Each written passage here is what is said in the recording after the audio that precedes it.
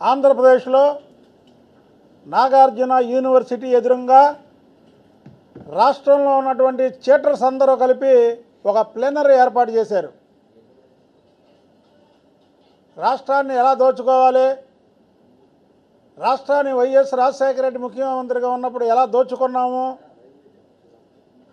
ఎప్పుడైనా ప్రజలు ఆదమర్చి ఉంటే వాళ్ళు ఎలా దోచుకోవాలో ఇవాళ నాగార్జున యూనివర్సిటీ ఏదైతే ఒక యూనివర్సిటీ నుంచి విద్యార్థులు సమాజానికి ఒక మంచి మెసేజ్ ఇవ్వడానికి బయటికి వెళ్తారో, నాగార్జున యూనివర్సిటీ లాంటి యూనివర్సిటీ ఎదురుగా రాష్ట్రంలో ఉన్న చీటర్స్ మొత్తం కూడా వైఎస్ఆర్సీపీ యూనివర్సిటీ అంటే దోచుకోవడం ఎలాగా అనే ఒక సూత్రాన్ని చెప్పడానికి రాష్ట్రంలో ఉన్న ప్రతినిధులు మొత్తం కూడా ఒక చోట హాజరయ్యారు.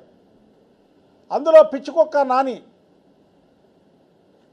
అతను 2 సార్లు చంద్రబాబు నాయుడు గారి కాళ్ళ మీద పడితే ఆయన్ని ఎమ్మెల్యే చేసినటువంటి చంద్రబాబు నాయుడు గారి మీద కృతజ్ఞత లేకుండా ఇష్టానుసారం నోటికి ఎంత మాట పడితే అంత మాట మాట్లాడుతున్నాడు. ఉల్లిపాయ పకోడీ లాంటి వాడు నాని. అతను ఉల్లిపాయ పకోడీ. అతను చంద్రబాబు నాయుడు గారి గురించి ఆయన వయసు గురించి మాట్లాడుతున్నాడు. నాని, రాష్ట్రంలో ఉన్న వైఎస్ఆర్ ప్రతినిధులు చీటర్స్ మొత్తానికి చెబుతున్నా, అసెంబ్లీలో చంద్రబాబు నాయుడు గారి గురించి ఏలెత్తి చూపి ఆయన అవహేళన చేసినటువంటి రాజశేఖర రెడ్డి ఏమయ్యాడో ఒక్కసారి తెలుసుకోండి. ఆయన్ని హేళన చేసినటువంటి రాజశేఖర రెడ్డి ఏమయ్యాడో ఒక్కసారి గుర్తు తెచ్చుకోండి. 67 ఏళ్ల వయసులో కూడా నవయువకుల్లాగా ఉంటాడు చంద్రబాబు నాయుడు గారు. ఎందుకంటే ఆయనకి రాష్ట్ర ప్రజల మీద తప్ప డబ్బు మీద కాంక్ష లేదు కాబట్టికి నవయువకుల్లాగా ఉంటాడు. ఆయన పాదయాత్ర చేస్తే ప్రతి అమ్మ, ప్రతి అవ్వ, ప్రతి అక్క, ప్రతి చెల్లి కూడా మా ఆయుష్ కూడా పోసుకొని నువ్వు బతుకు బాబు అంటే ఆయన ముఖ్యమంత్రి అవగానే 200 రూపాయల పెన్షన్ 1000 రూపాయలు చేశాడు. ఆయనకి చావు లేదు, చిరంజీవి. మీరు అనుకుంటున్నారేమో, ఆయన చిరంజీవి, నిన్ను 100 ఏళ్ళు ఉంటాడు. ఈ రాష్ట్రాన్ని ఇంకో 30 సంవత్సరాలు పరిపాలిస్తాడు. మీరు ఆయనకు వయసు అయిపోయింది అనకూడని మాటలు ఆయన అంటున్నారు. రాజశేఖర రెడ్డి అని ఏమయ్యాడో మీకు తెలుసు. అలాగే 96 నుంచి 99 వరకు ప్రతిపక్ష నేతగా ఉన్నటువంటి జనార్దన్ రెడ్డి అని ఏమయ్యాడో తెలుసు. చంద్రబాబు నాయుడు గారి మీద కుట్ర చేసిన వాళ్ళందరూ కూడా కాలగర్భంలో కలిసిపోయారు. ఈరోజు మీరా చంద్రబాబు నాయుడు గురించి మాట్లాడేది? ఈ రాష్ట్ర ప్రజల కోసం అహర్నిశలు కృషి చేస్తున్నటువంటి చంద్రబాబు నాయుడు గారి మీద మీరు మాట్లాడేది? మీరు జైలుకి వెళ్ళరా? జగన్మోహన్ రెడ్డి జైలుకి వెళ్ళడం ఖాయం. చీటర్స్ పార్టీ రద్దు అవడం ఖాయం. మీకేం చేయాలో పాలుపోక కొంతమంది తెలుగుదేశంలోకి వస్తానన్నా మా నాయకుడు రానియట్లేదని అక్కస్సుతో ఎలాగా మన పార్టీ పని అయిపోయింది, ప్రజలు తెలుగుదేశం వైపు చంద్రబాబు నాయుడు నాయకత్వాన్ని మొగ్గు చూపుతున్నారని భయంతో ఇవాళ రాష్ట్రాల్లో ఉన్నటువంటి చీటర్స్ మొత్తం కూడా ఒక విద్యాలయానికి ఒక మంచి పేరు ప్రతిష్టలు తెచ్చినటువంటి నాగార్జున యూనివర్సిటీ ఎదురుగా వీళ్ళు ఒక చీటర్స్ సభ పెట్టారు. నాని, నీకు పిచ్చి పరాకాష్ఠకి ఎక్కిపోయింది.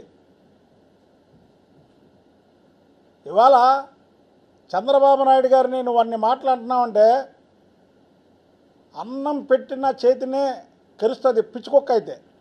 మంచి కుక్కలు కరవు. పిచ్చి కుక్కలు ఏం చేస్తాయంటే అన్నం పెట్టినా ఆ చేతిని కరుస్తాయి. 2 సార్లు ఎమ్మెల్యే చేసినటువంటి చంద్రబాబు నాయుడు గారుని ఇవాళ నువ్వు మాట్లాడినాన్ని ఎవ్వరు కూడా హర్షించరు.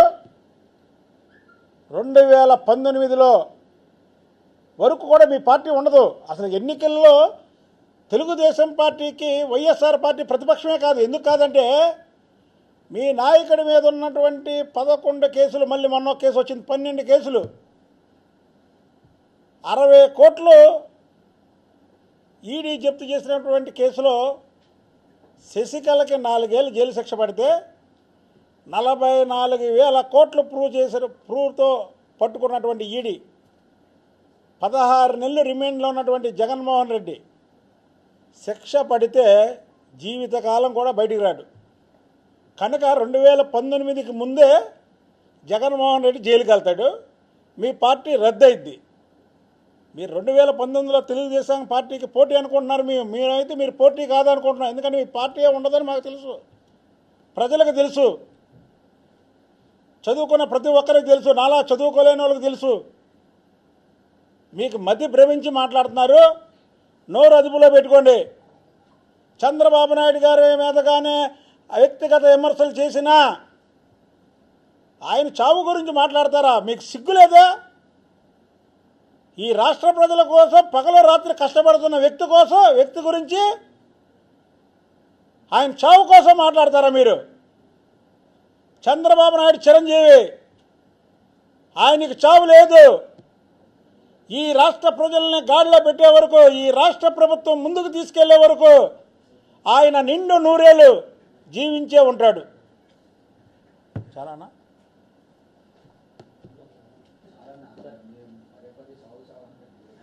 అందుకే ఆ మాట అనుకుంటా లాస్ట్ అంటే అన్నాడంట. అలా కాదు, 2019లో అన్నాక ఏదో పార్టీ వస్తుంది, చిన్న పార్టీ ఏదో ఒకటి వస్తుంది. అప్పుడు ఏమని బాసు దాన్ని విమర్శించొద్దు అన్నాడు. బాగా వచ్చింది.